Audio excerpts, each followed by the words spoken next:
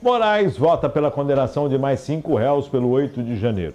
O ministro Alexandre de Moraes, do Supremo Tribunal Federal, votou hoje, terça-feira, pela condenação de mais 5 réus pelos atos golpistas de 8 de janeiro. Na madrugada de hoje, a Corte iniciou o julgamento virtual das ações penais contra os acusados. A votação vai até dia 2 de outubro. 10 ministros estão aptos a votar.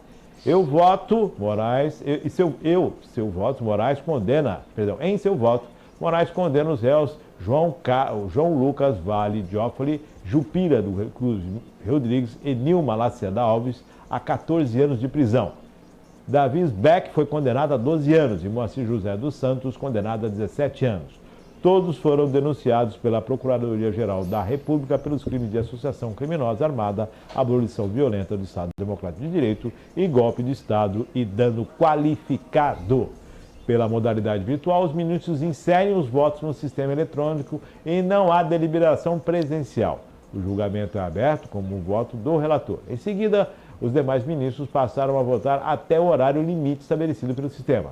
Antes do julgamento, os advogados incluem vídeos com a gravação de sustentação oral. As informações são da agência Senado.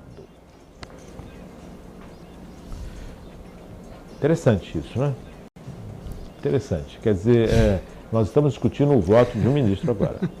Eu tinha comentado isso aqui no make-off, o voto de um ministro agora. Ai, meu Deus do céu. Melhor a gente instituir o júri, né, que fica melhor. Ô, Márcio, entendeu? O que falar, né? O ministro do Supremo, ele virou um agente político.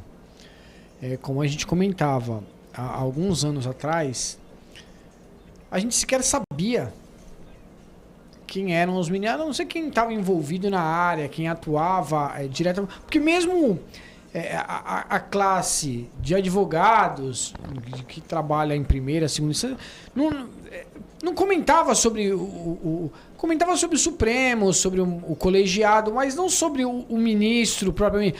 Hoje em dia a mídia foca no voto de um ministro, o ministro tal. Isso pra gente, além de ser muito ruim,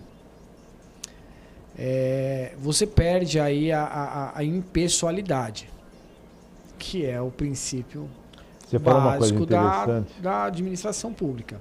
Você falou uma coisa interessante, César, que antigamente somente esportistas recebiam apelidos, né? Você ia no vôlei, tinha um, você ia no futebol, outro era apelidado, a galera apelidava.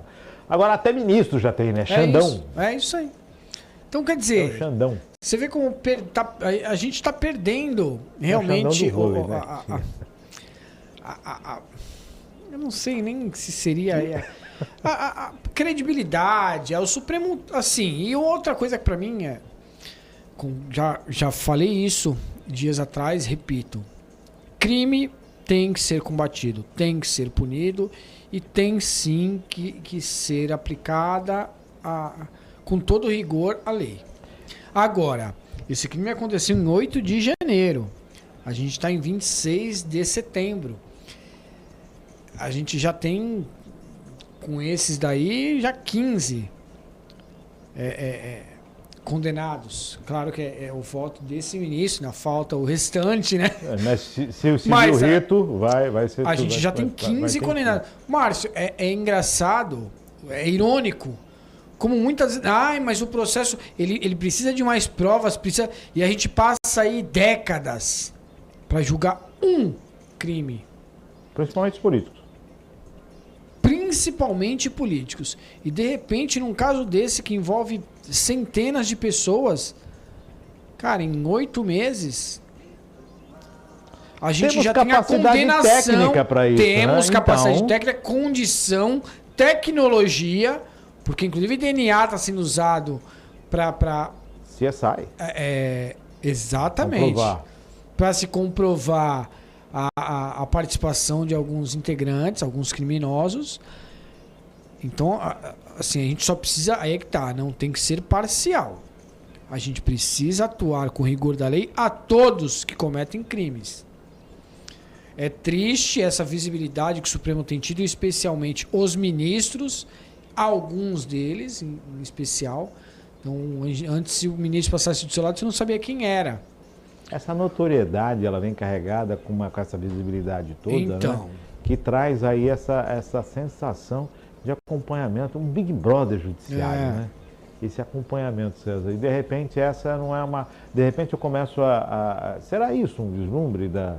Porque uma coisa é você ser conhecido por um número X de pessoas, aí você aumenta o seu leque, de repente você é conhecido nacionalmente, internacionalmente. Será que isso afeta um pouco? E assim, exatamente quem deveria só dar a decisão suprema, a última decisão quando se tratasse de judiciário. Já está dando a primeira palavra em assuntos políticos, em assuntos, enfim. Tá sendo protagonista do ambiente político. E isso não é importante, isso não é legal, isso não é salutar. Salutar. Bem posto. Vamos aguardar então o restante dos ministros. Agora a coisa foi pro virtual, né? Acho que na última não deu muito certo, não, né? O advogado falou aí, confundiu os livros, o ministro foi lá e fez ficou meio estranho. Estranho.